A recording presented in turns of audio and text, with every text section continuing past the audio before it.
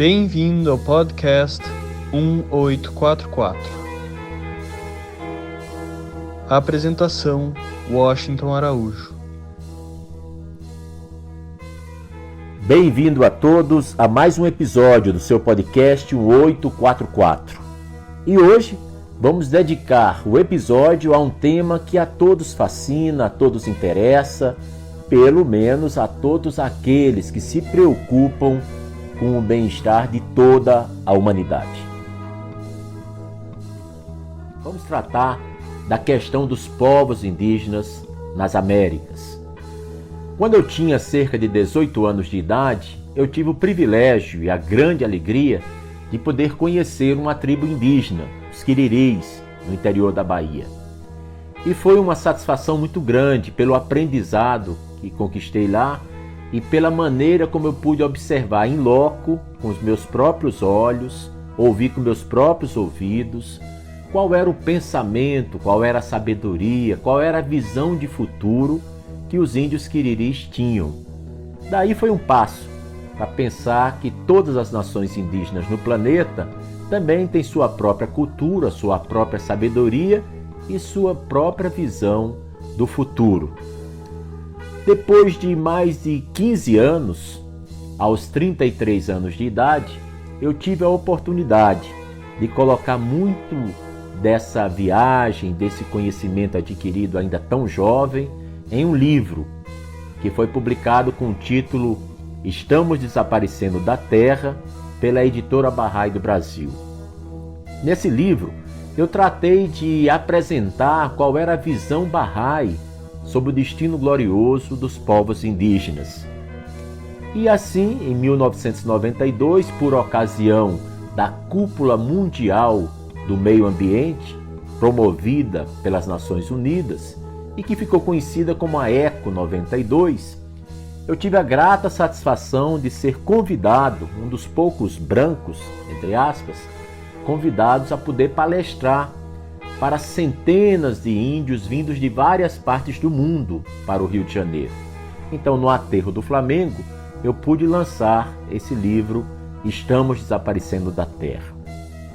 Bem, eu gostaria de não apenas falar dos meus sentimentos muito particulares, das minhas percepções muito pessoais, mas antes poder dedicar esse podcast a uma reflexão vigorosa de um dos autores que eu mais admiro e estimo, que é o psicanalista suíço Carl Gustav Jung.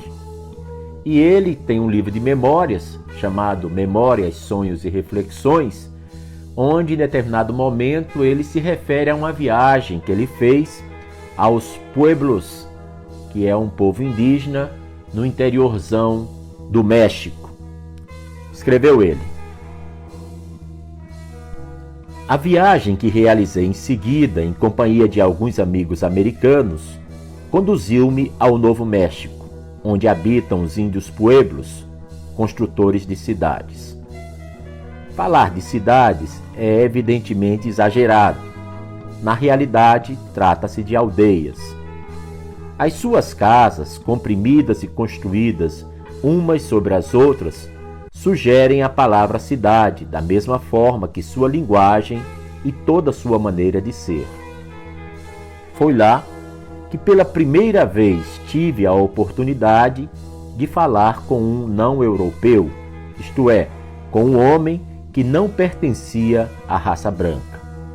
Era chefe dos Pueblos Taos, homem inteligente, de 40 a 50 anos. Chamava-se Okwei Biano, Lago das Montanhas.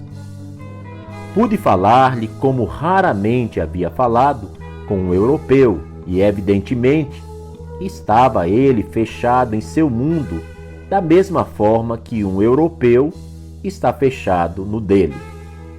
Mas que espécie de mundo!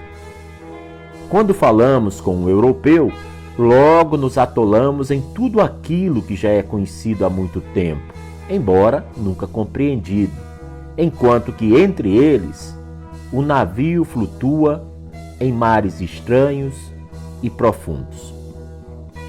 Nunca se sabe o que mais nos encanta, É a vista das novas margens ou a descoberta de novas vias de acesso àquilo que, conhecido desde sempre, já está também quase esquecido. Veja, dizia-me Okiwei Biano, veja como os brancos têm um ar cruel. Tem lábios finos, nariz em ponta, os rostos sulcados de rugas e deformados. Os olhos têm uma expressão fixa, estão sempre buscando algo. O que procuram? Os brancos sempre desejam alguma coisa, estão sempre inquietos e não conhecem o repouso. Nós não sabemos o que eles querem, não os compreendemos e achamos que são loucos. Perguntei-lhe então por que pensava que todos os brancos eram loucos. Respondeu-me: eles dizem que pensam com suas cabeças. Mas naturalmente, com o que pensa você? Perguntei admirado.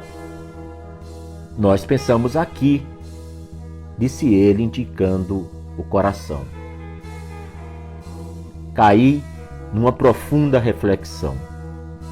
Pela primeira vez na minha vida, alguém me dera uma imagem do verdadeiro homem branco. Era como se, até então, só tivesse visto reproduções coloridas, sentimentalmente embelezadas. Esse índio encontra nosso ponto vulnerável e pusera o dedo naquilo em que somos cegos. Senti como se algo desconhecido e, no entanto, profundamente familiar, acendesse em mim como uma neblina difusa. E imagem após imagem, destacavam-se nessa neblina, primeiro as legiões romanas, irrompendo nas cidades da Gália. Júlio César, com seus traços nitidamente cinzelados. Cipião, o africano. Pompeu. Eu via a águia romana sobre o Mar do Norte e nas margens do Nilo Branco. Via Santo Agostinho transmitindo aos anglo-saxões, na ponta das lanças romanas, o credo cristão.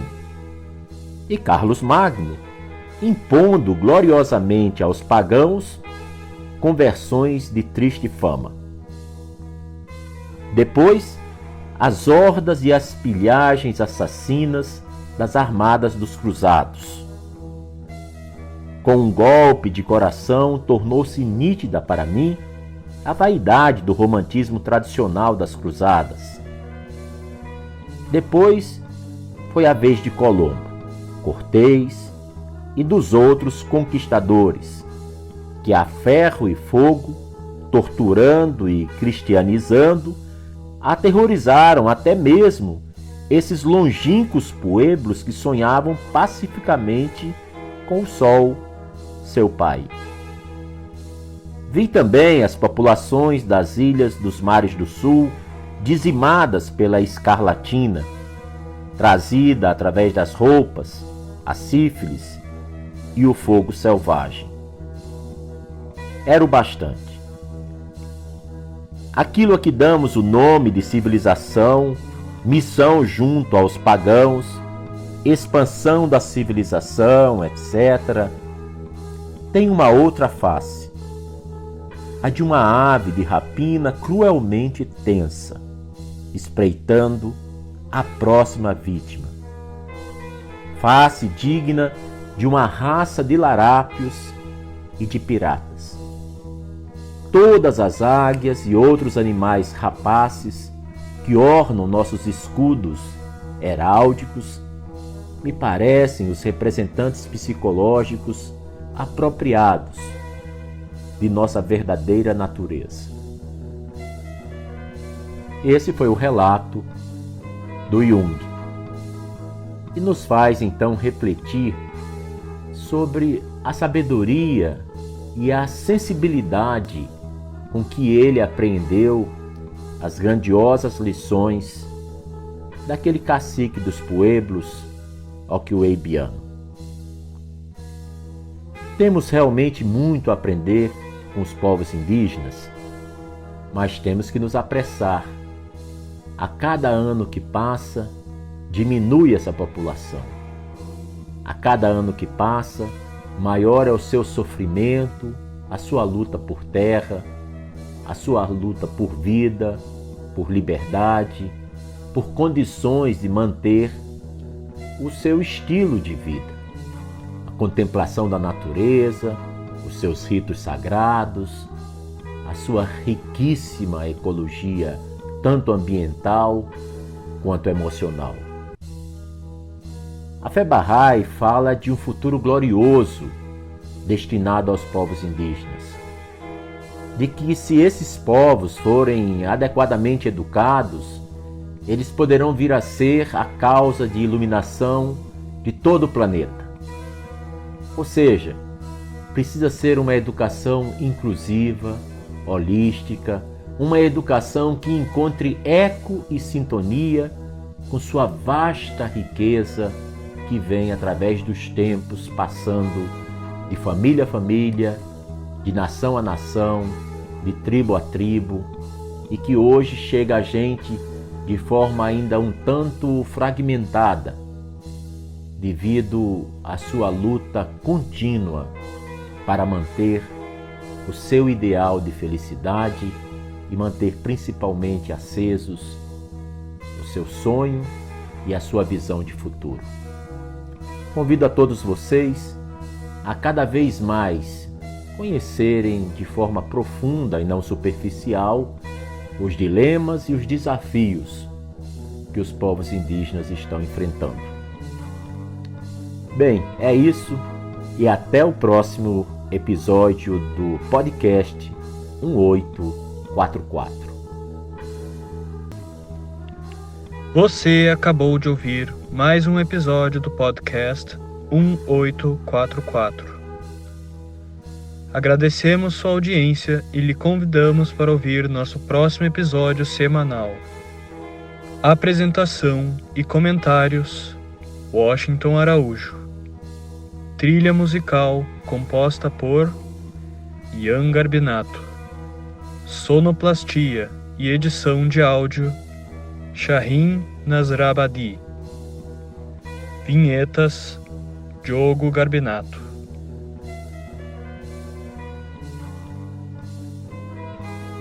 Contatos com a produção para comentários e sugestão de temas podem ser feitos através do e-mail podcast1844@gmail.com.